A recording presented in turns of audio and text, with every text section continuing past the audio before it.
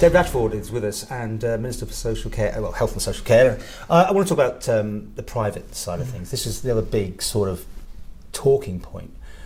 What exactly has happened up at hospital, to explain that you're not going to do any private work for X amount of time? Well, I need to clarify that actually, Paul, because people seem to be getting very confused over this. And maybe the communication hasn't been completely clear.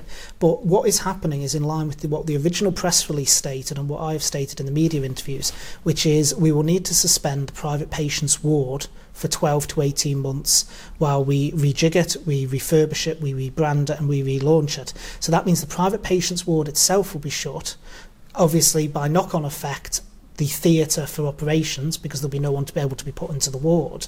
But that does not affect people being able to get privately x-rays, radiology, and for consultants to be able to run their clinics.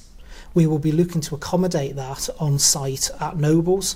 So I think I need to be clear with that, because a lot of people are taking, they're saying the suspension of private medical services to mean the suspension of all private practice.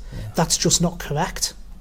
What's caused this? I mean, obviously there was this massive story about a consultant, I don't know, more than one, that was earning X amount and doing too much work, allegedly, on his private list and not doing it on his NHS list. Isn't this where it's all coming from? I can categorically say it has got nothing to do with anything else. Right. This is a decision purely around the future of the private patient offering.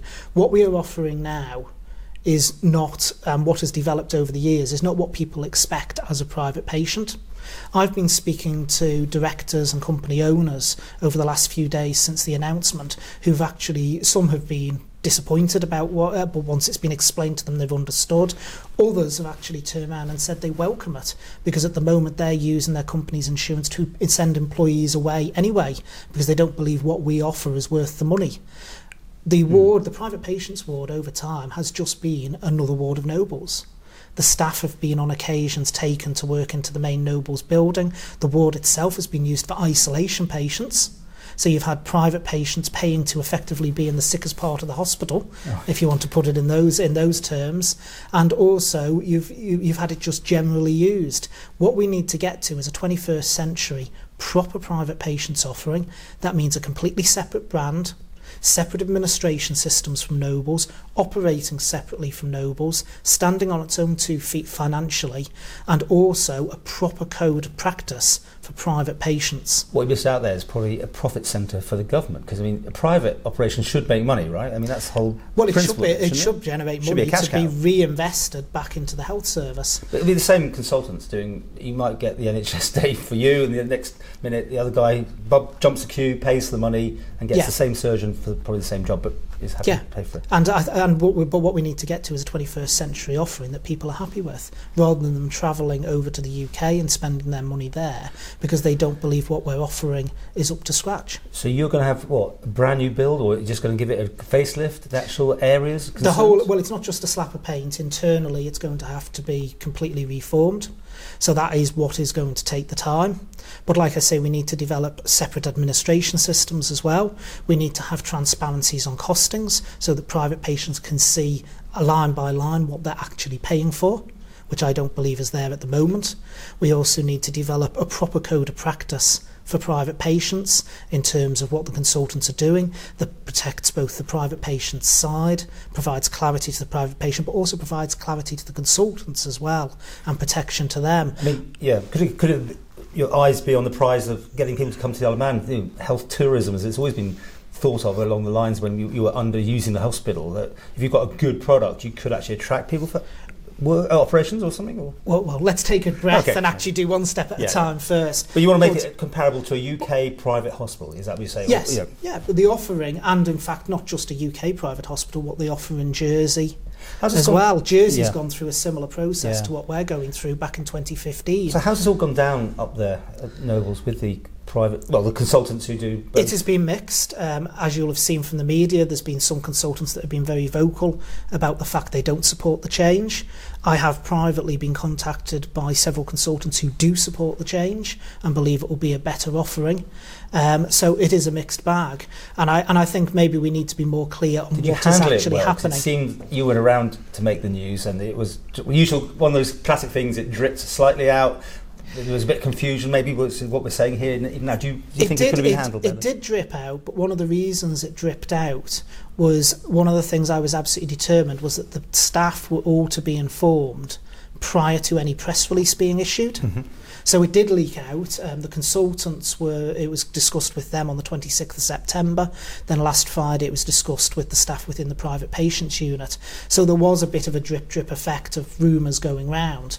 But I would rather have that than us shove out a press release and members of staff find out what we're doing from Manx Radio or some other outlet. When's this all happening? Was it immediate effect, or was it? No, it's January.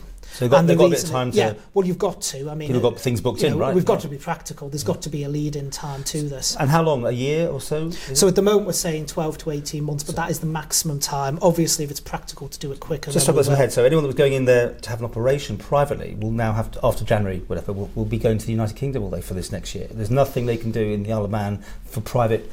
In terms of theatre use, the theatre, as I say, will not be able to be used privately, or the private patients will, but that does not affect as services brought in now, like blood tests, x-rays, radiology, etc. The insurance policy, the private insurance policy, will that cover people just to automatically go to Liverpool, Manchester, whatever, or do the people have to pay on top of that? Or is it depends upon the private insurance. I've, as Minister, have contacted several of the insurers. Some of them offer it as a bolt-on. Some of them offer it that if, for instance, because you're on an island, if the service isn't offered, then they will provide. Right. So, for instance, if it's an operation... Just when people go to see higher premiums, that's all, because of this, but that's... No, and it's only for a 12, 18-month period. Fine. As I say. Just to finish with, literally hot off the press yesterday was this whole thing about cannabis in certain medical conditions now being put on the nice list. This all goes back to that famous case in the UK, this poor lad who had all these fits and what the mothers did. And from November the 1st, I think, they're going to put this cannabis on the list. Do we always follow nice? If so, therefore we will have the same, if anyone needs it here, that they do in the UK? Well, at the moment it's resting with the Drug and Alcohol Steering Group Committee, chaired by the Minister for Home Affairs, Bill Malarkey. We don't automatically. No. We never, actually, I should clarify, we never have automatically. Okay. We take nice advice on board, and obviously there is a public consultation about to be launched in relation to medical disorders. I have. My personal views, separated myself from my ministerial role for 1 minute. I've been on public record for a long time. I think medicinal cannabis should be available. Personally, I think there is great benefit to it, and I think we should be thinking out of the box in those regards, but those are my personal views. Interesting. Thank you very much for joining us, and as always, you're still there at the helm. You're still thinking we're on the right course. Yep, still not finished me off yet, Paul.